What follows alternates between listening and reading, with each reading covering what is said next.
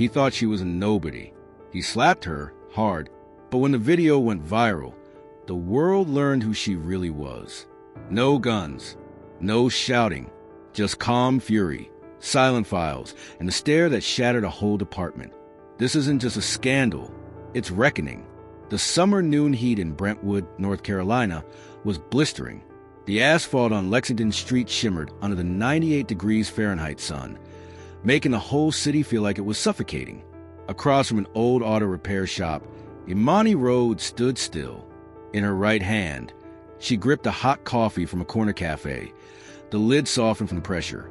In her left, she clutched her phone like an instinct she couldn't suppress. She wasn't in a hurry. She just stood there, unmoving, eyes fixed across the street, where silence was about to break. A white police officer, tall, sweat-stained in a white shirt, his face red with fury, was growling into the face of a slight black man who trembled as he tried to explain. Behind the open door of an old sedan came the piercing cries of a little girl, about 6 years old, slicing through the air. The man, later identified as Miles Hayes, pointed toward the girl as he struggled to stay calm. I just pulled over by her some ice. She had a nosebleed. It's true, but the officer wasn't listening. His name was Travis Delaney. His face tightened as he hissed through his teeth. You think you get to choose when to follow the law? He glanced at the crying girl like her sobs were a personal insult. Then he began writing a citation. At the same time, with a swift, chilling motion, he switched off his body cam. Imani saw it clearly. Something in her boiled, but nothing showed on the surface. She began recording. No words, no gestures, just a phone raised. And for nearly 2 minutes, she said nothing. No flinch, no retreat.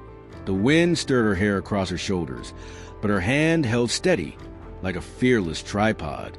Suddenly, the little girl hit the car horn in panic. Delaney spun around, barking, "I told you to cut that damn noise."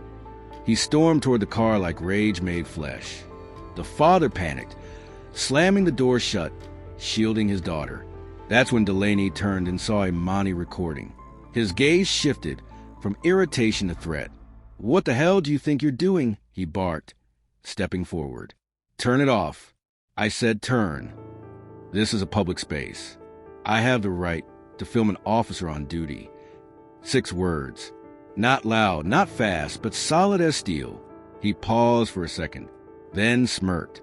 A warped, sneering smile that couldn't hide his contempt. I am the law here. I am the law. And in the space of a single heartbeat, his hand lashed out.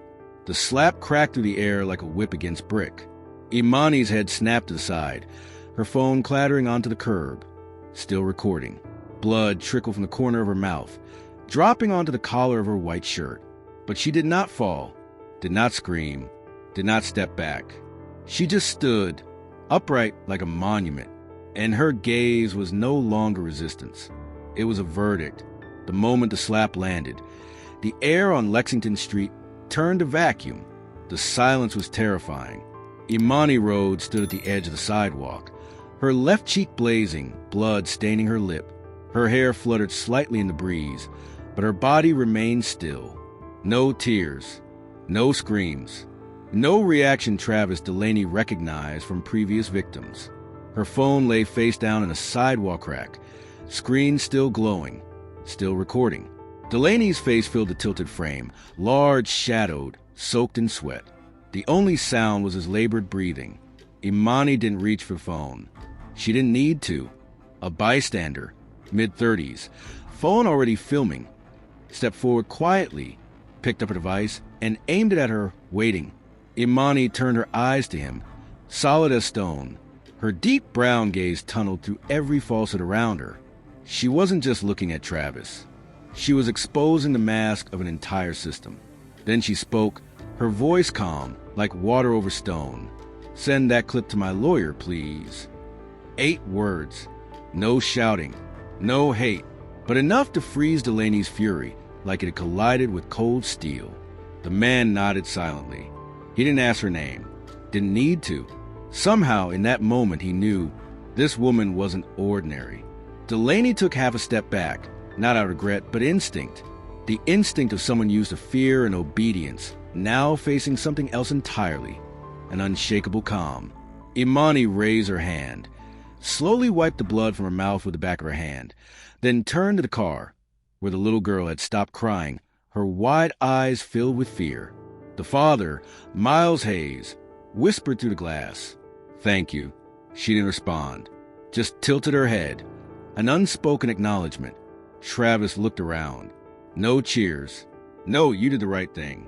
Just phones raised, unblinking eyes, and silence, heavy as concrete. And in those few seconds, Imani Rhodes, a black woman in a simple white shirt, blood still dripping from her chin, didn't need to strike back, because she knew the video was rolling. Her gaze had said it all. And from that moment on, Travis Delaney's downfall was no longer a question. It had already begun, not with a gun, not with an accusation, but with a stare, a request, and the rising silence of justice. Imani Rhodes said nothing else. As she walked away from the scene, blood dried on her cheek. Phone now back in hand, her steps were slow but firm. Travis Delaney remained frozen. The hand he had used to strike her trembled faintly, as if it had touched some strange current. He looked around, then back at the body cam. He had turned off 3.5 minutes ago. A stupid act of self-preservation. And now he knew it, but the video still existed. Not one, six. 6 angles from 6 different phones, filmed by onlookers who said nothing, yet could look away from the slap. And just 42 minutes later, the first clip was uploaded to TikTok by a journalism student named Lyra Mendes, the girl in the red hoodie, who had been sitting at the cafe on the corner. No effects, no subtitles, just a raw sound. The slap, sharp as a whip cracking across human skin. Then Imani's gaze, so calm it was chilling, a single drop of blood tracing slowly down her white shirt, and her voice as cold as a blade. "Send that clip to my lawyer, please." 5 million views in 4 hours. The top comment read, "Thought you were slapping a nobody. Turns out she can erase your whole damn career with pen." The second, "That stare? That's the look of someone who already won." Brentwood had never seen a clip spread so fast. No one needed instructions. No hashtags. No political scandal. Just a slap. And a woman who didn't scream, didn't strike back, just stood there and stared, as if her eyes alone had filed the first indictment. Within 6 hours, the video spread from TikTok to Twitter, Reddit, Instagram, Facebook, even private group chats among law students, cops, and journalists. A clean-cut 11-second edit. The slap, the stare, the blood, the words became a viral template video on Instagram Reels, captioned simply, hashtag she did not flinch. One meme made rounds. A photo of Travis shouting, captioned, "I am the law." Below it, Imani staring back. Just 2 words. "Try me." Commentary channels jumped in with reaction videos. Middle-aged black men, comedy TikTokers reenacting the scene. He slaps. She doesn't slap back. But somehow, his whole career gets destroyed. One parody hit 2.3 million views overnight. A girl in a white shirt slapped by a pillow, then turning to the camera, called a lawyer. And it was only beginning. Because within the next 24 hours, the system, from police to press, city hall to internal review boards, would have to confront reality. That slap didn't just land on a woman's face. It hit an entire system that thought she was nobody. And now, that system had begun to crack from one unblinking stare. All of Brentwood felt fevered.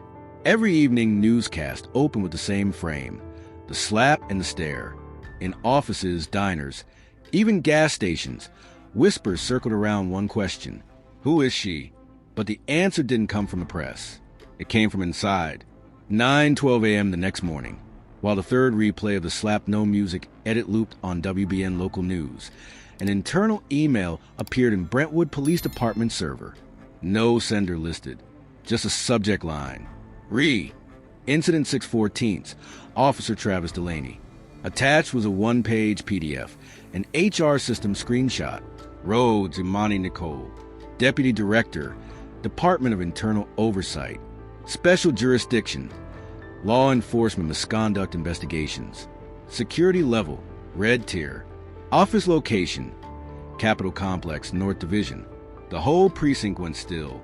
Those who had mocked the clip, who had scoffed at her gaze, now stared at the ID photo in the file, hands trembling. And Travis, still unaware, lounging in the break room, munching snacks, smirking. Heard that chick's some kind of freelance lawyer or whatever. Chill, boys.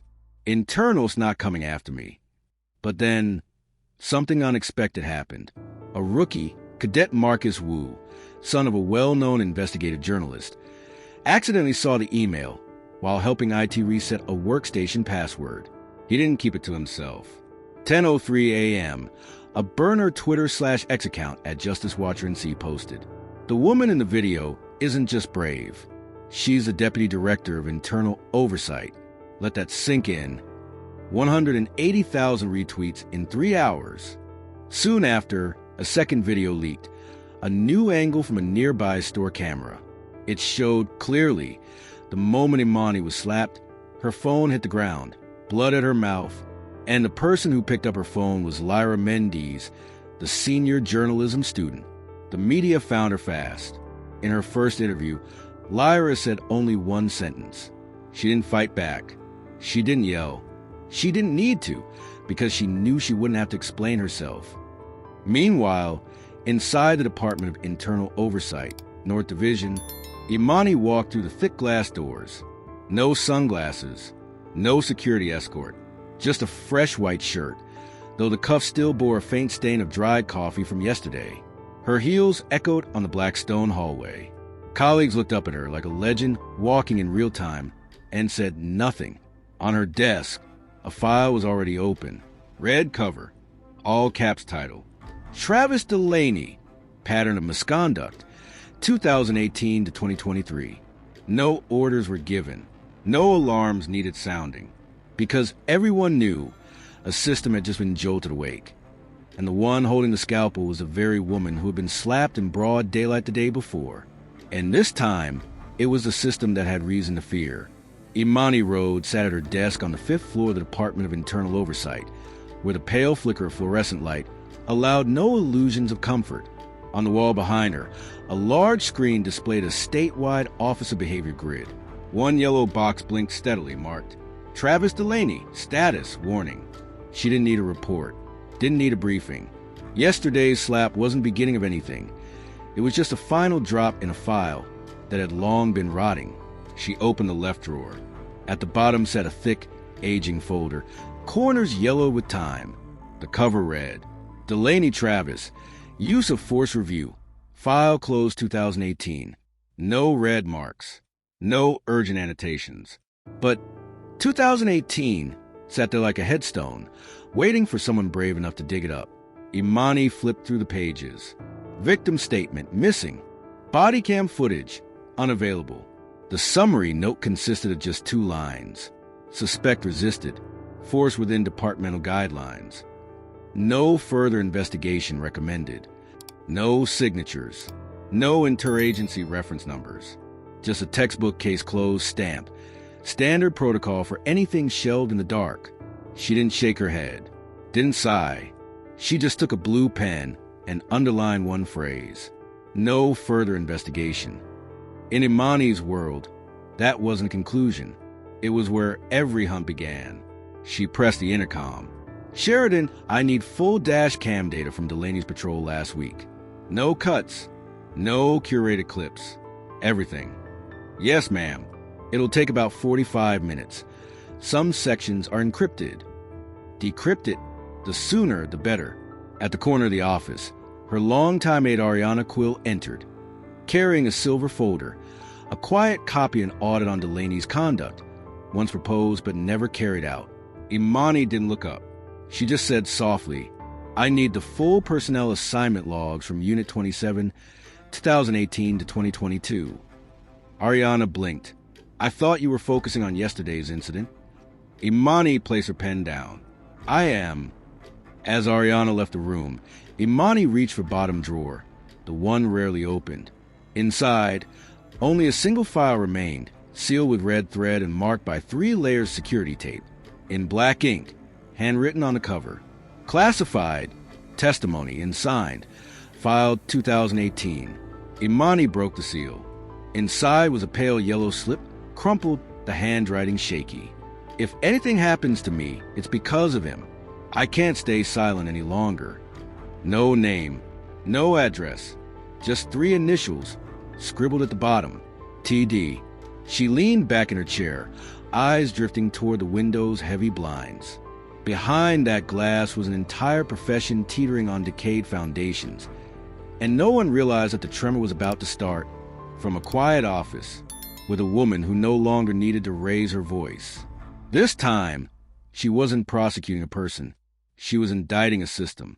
That afternoon, once the Department of Internal Oversight Service finished processing data from Delaney's patrol car dash cam, one audio file, previously temporarily deleted, was recovered. No sirens, no dispatch chatter, just Travis's voice, snarling inside his cruiser. She thinks filming is a right? I'll show you what happens when you go up against a badge. Imani didn't react. She simply rewound the final 4 seconds. Then she archived the file as a locked record, labeled Priority Evidence, Internal Corruption. Less than an hour later, another audio file surfaced, not from official equipment, but from an old cell phone, anonymously submitted to the investigative unit's digital inbox. The sender's ID read only, for the ones who stayed silent too long. 2 minutes, 37 seconds long. Background sounds from the break room at Northbridge Station, recorded last week. Metal spoons clinking against steel trays. Laughter. And then, clear as day, Travis Delaney's voice. If they're gonna punish me just for slapping some chick filming, this place really has gone soft. Who even is she? Don't tell me she's the boss. I swear, even if she's a lawyer, I'd still slap her. The entire DIO conference room froze as the clip ended.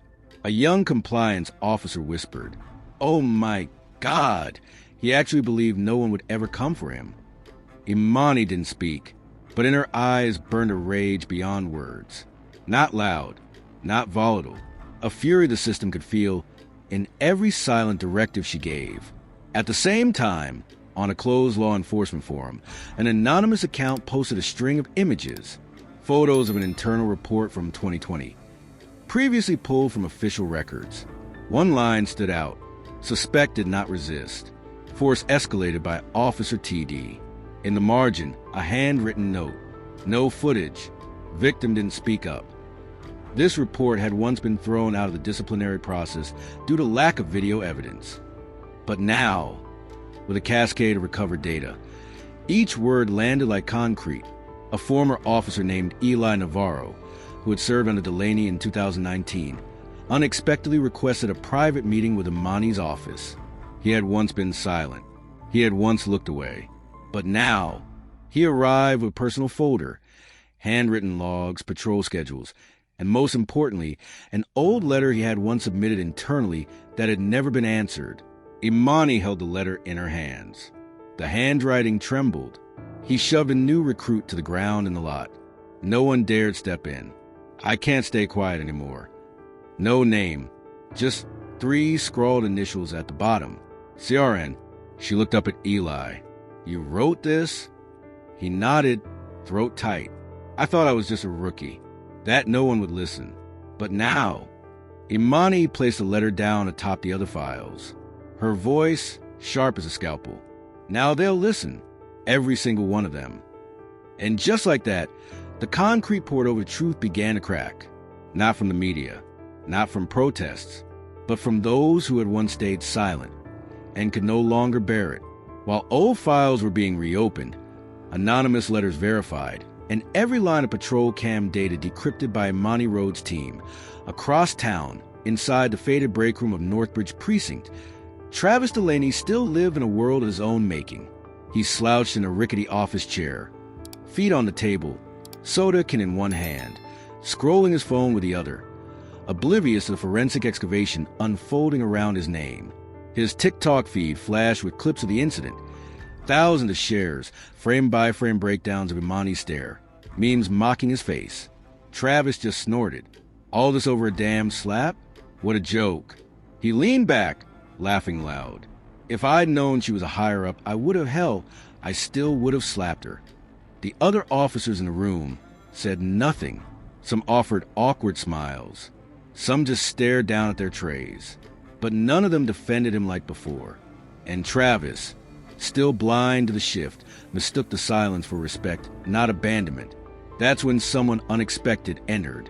Captain Wesley Kane, Travis's former commanding officer, the man who once called him the best damn bloodhound I've ever had. He hadn't scheduled a visit. No warning. Just pushed through the break room door like a gust of winter, sweeping into July. The room went still. Travis shot to his feet, forced a smile. Captain Kane, I figured you'd come by. Look, it's all overblown like last time, right? Just a little noise, we'll push it aside. But Kane didn't smile, didn't shake hands, didn't nod. Just a look, cold as forged steel. Sit down. The room held its breath. Travis stiffened and slowly obeyed. Kane approached, pulled a red tag folder from his coat, and threw it on the table in front of him. Read it before the system sends a formal subpoena. Travis glanced down. Internal audio recordings. Temporary deletion. Recovered. He chuckled nervously. Just some jokes. You know how it is. Break room banter. Kane didn't blink. You really think you're untouchable? I used to shield you. But this time, there's no one left standing in front of you. Travis swallowed hard. For the first time, the chill down his spine didn't come from the air conditioner. And just then, his phone buzzed. A message from HR. Notice. Emergency investigation request received. Your internal access credentials will be revoked as of 12 p.m. today. 12:01. He tried logging into the internet. Access denied. His face drained pale. All the lines of protection gone, and he never saw it coming. Captain Kane gave him one last look, then said his final words before turning to leave. You weren't taken down by a slap. You slapped yourself on camera in front of your peers, and now, before the very system you thought you owned. The door slammed shut behind him, and for the first time in his life, Travis Delaney was no longer the center of the room, just a fading shadow, lost in the very empire he once ruled. And the walls? They were collapsing from within. Monday morning, the third-floor hallway of the Department of Internal Oversight was eerily quiet. No hurried footsteps, no laughter, no greetings, only an air thick as steel, the kind of silence that settles right before something breaks open without anyone needing to shout. Inside Disciplinary Hearing Room 3, the overhead camera rotated quietly, beginning its silent record of a session coded. Case 067, T to D, Summary Review, Internal Board. Imani Rhodes entered first. Charcoal gray shirt, hairpin high, face unreadable, but her eyes stilled the entire room. No introduction, no name tag. Everyone present knew and understood this wasn't a meeting.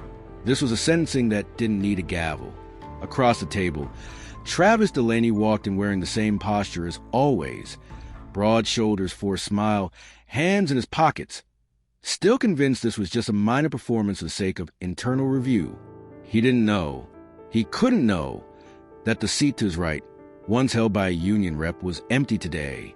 Imani lifted her head, opened a file, not to read, but simply to place it where it belonged. Then she looked at him, not harsh, not angry, just cold, and that cold made Travis blink more than he usually would. She spoke a single sentence. No names, no titles. This officer slapped a woman simply for recording him. Today he will sit here and be recorded watching himself. No one spoke. No one needed to. From the large screen behind, the video played. No voiceover. No captions. Just clear footage of the slap. Travis's hand swinging up, Imani's head turning, blood forming, and then her eyes frozen, drilling into the lens. Then came the line. Send that clip to my lawyer, please. Travis exhaled loudly, then forced a smile. I didn't know who she was. Imani tilted her head slightly. Her voice was still, like a breeze slipping through glass. If I were someone else, you still would have done it, wouldn't you? No one answered, but everyone knew. And that silence was the loudest judgment ever cast in a hearing room. Travis began to sweat. He looked around, searching for a sympathetic glance. But none came. Those who once clinked glasses with him, once laughed over coffee as he bragged about putting people in their place, now stared down at the table, tapping their fingers, waiting for the hearing to end. One of the board members, a middle-aged white woman, shut her laptop, looked him square in the eye, and said, "Videos can be turned off, but memory, it stays." And this time, Travis, we won't rewind, forgive. Imani closed the folder. The sound, dry, sharp, landed like a gavel. There was no need for an immediate disciplinary ruling. The verdict had already aired. From day one, not through gunfire, but through a slap and a stare that never blinked. News of the hearing spread like wildfire through a drought-stricken Brentwood. That evening, on the 7 o'clock news, the lead segment opened with a clip of Imani Rhodes standing from her seat at the disciplinary table, her gray shirt pressed, one file in hand. No shouting, no spectacle, just a quiet walk that made an entire system tremble. At Brentwood City Hall, lights stayed on through the night. The city council called an emergency session, the first in nearly a decade without press or communications staff present. Those who once dismissed Imani, who scoffed at her appointment, now stared at each other across mahogany tables, as if every decision they'd made had spun the spotlight right back onto them. Councilman Troy Keenan, who had abstained from voting when Imani was nominated, was the first to speak. We protected a generation of officers who believed they were untouchable because we did nothing. Imani wasn't at the meeting, but her name was spoken 47 times in under an hour, not as a victim, but as a reckoning. Outside, on social media, a single tweet suddenly captured the nation's attention. "We're not punishing him for the slap. We're punishing him for thinking it was only wrong because she mattered." No one knew who posted it, but within 24 hours, it had been shared over 4.3 million times. It became a slogan, printed on T-shirts, painted on signs outside universities, and hung right at the gates of the Brentwood Police Department, a mirror held to the country that the sin wasn't just in the action, but in the belief that if the victim didn't matter, it never counted. Imani's story became a lesson, not just about power abused, but about the quiet of those who could have stopped it long ago. News networks interviewed former officers, oversight agents, and internal monitors. Many cried on live television, not because of the slap, but because they realized they had stayed silent for too long. A law student from Duke University wrote in a legal journal, "We teach law to punish the guilty, but this story teaches us that sometimes the law only works when someone brave enough stands still and doesn't blink." Brentwood was no longer the same, and the system of justice, once believed to be solid as stone, was now cracking down the middle, not because of a rebellion, but because of a gaze that didn't shout, yet everyone heard. 3 days after the disciplinary hearing, while national media shifted their focus to the urgent reform efforts sweeping through Brentwood's police departments, Imani Rhodes remained at her desk on the 5th floor of the Department of Internal Oversight. She didn't speak to the press, didn't appear on television. She simply worked, as if no storm had just torn through the system. On her desk was an old envelope, paper yellowed, taped shut with brittle, aged adhesive. No return address. It had been left outside her office that morning. No one saw who placed it. Scrawled across the front in messy handwriting. "If this letter was ignored before, I hope you'll read it now." Inside was a folded sheet of paper, ink smudged faintly around the edges. Imani unfolded it and read slowly. "Back then, I was 22, a rookie. I saw Travis Delaney beat a homeless man behind the station lot after shift. No one stepped in. No one said anything. I filed a report. It disappeared from the system. I didn't have the courage to show my face. I quit. But to this day, I still hear that man's voice begging for mercy in my sleep. I don't know who you are, but I saw the video. And for the first time, I believe someone existed who wouldn't look away. Please, don't let it get buried again." There was no signature, but the handwriting. Imani had seen it before in a 2018 report. In the personal remarks section, crossed out in red ink. She stood, opened her archive cabinet, and pulled the internal note. Eli Navarro, a young officer who had abruptly resigned with no stated reason. Turns out he wasn't a coward. The system had simply become too skilled at making people feel small. The next day, Imani summoned Eli to her office. She placed a letter in front of him. He glanced at it, then nodded slightly. No need for confirmation. No praise necessary. She didn't ask why. She simply said, "We're rebuilding a new training program. You want in?" Eli looked up, eyes misted, and for the first time in years, he nodded without trembling. Weeks later, during a training session for new cadets at the North Carolina State Police Academy, Imani Rhodes stood at the front of a modest classroom. No cameras, no media lights. On the screen behind her, that letter, enlarged, intact, name and censored. She didn't read it aloud. She simply said, "We don't rebuild systems through rage. We rebuild them by preserving what was brave enough to face the day, like this letter, and the people who were once forced into silence." A cadet stood up and asked, "Then why didn't you stay silent like the rest?" Imani smiled softly. "Because I got slapped on camera and realized I didn't need to scream to be heard." The lesson wasn't in any law textbook. It lived in the silence that once hid the truth, and now was finally laid bare under the light. 1 week after the hearing, Travis Delaney submitted a request for a supplemental statement to the disciplinary board. In the letter, there was no apology, just one line, what he believed might salvage a shred of dignity. "If I had known who she was, I wouldn't have done it." He thought it was a defense. Instead, it was a damning self-indictment. Just 3 hours after the letter was circulated internally, Imani Rhodes responded. Not with a press statement, not with a hearing, just a one-page PDF. No title, no introduction, no signature. In the center of the page, one simple sentence. Then what if it had been someone else? 7 words, like a blade slicing to the core of the system's logic. Within 24 hours, the question was printed on posters, pasted outside precincts, painted on school walls, scrawled in chalk across sidewalks. Students, journalists, teachers, veterans, they all shared it. Not because it was a question they'd never considered, but because no one had ever dared to throw it into the heart of a justice system too used to exceptions. On a late-night talk show, the host read the line aloud, then turned to the audience. "We're not outraged that a cop slapped someone. We're outraged that he believed it was only wrong, because she mattered." And from there, Brentwood changed, not through a new law, but through a new way of seeing. In the first-year officer training classroom, a new exercise was added to the curriculum. Review the Travis Delaney case. The final question read, what if the person slapped had been a homeless mother, a brown-skinned boy, someone with no title at all? How would you have reacted? The cadets sat in silence. No one dared write a careless answer. Because now, every reaction was seen to the lens of a generation tired of the phrase, "someone who matters."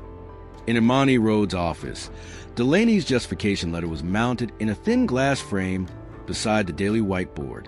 Below it, her response, "Then what if it had been someone else?" was written in black ink, untouched, unadorned, not to commemorate Delaney, but to remind every person who came after. Justice isn't something measured by identity. It's defined by how we act when we don't know who the other person is. And so, from a slap, a stare, and a question, a system once thought untouchable was forced to go back and learn its first lesson about equality. When reporters from CNN, The Atlantic, and even local radio stations sent requests, interview offers, emails, voicemails, to Imani Rhodes, they all received the same auto-reply from her office. No comment, no speaking engagements, no personal identification for media purposes. No one understood why the woman who had made an entire justice system in Brentwood look inward refused to speak a single public word. And that's why her silence began to echo. On a quiet Monday morning, the entire file on Travis Delaney from 2016 to 2023 was uploaded to the Officer Training Database under the heading Law Enforcement Ethics instructional material. No press release, no summary, no edits. Every report, every anonymous letter, every audio recording, every locker room quote, all neatly formatted, time-stamped, redacted for safety, and paired with video where available. At the end of the 137-page file, there was a single centered note. This isn't important because I was slapped. It's important because this happened to others no one ever saw. No name, no title, no hashtags. At the North Carolina Police Academy, cadets sat around projector screen re-watching that old footage. No jokes, no phones. A veteran trainer placed his hand on a young recruit's shoulder and said quietly, "Back then, everyone thought she'd give a speech, but she didn't need to. She let the truth speak for itself." In a closed-door session at City Hall, one council member who had once voted against Imani finally exhaled. "I've never seen anyone make an entire system look at itself without even holding up a mirror." And Imani, she sat in her office as always, didn't answer calls, didn't write a book, didn't accept guest lectures. She simply moved on to the next task, auditing suburban precincts that hadn't seen internal review in over 10 years. Because for her, justice doesn't end with applause. It begins again in quiet work. One new recruit, walking past a hallway where the case 067 TD file was displayed, whispered to a friend, "Why doesn't she write a memoir or say something?" The friend shrugged. "Because she doesn't have to. The story already said everything." And it had. That slap didn't just change a city. It carved out a truth. Some people don't need to stand at the podium to become the greatest lesson ever taught.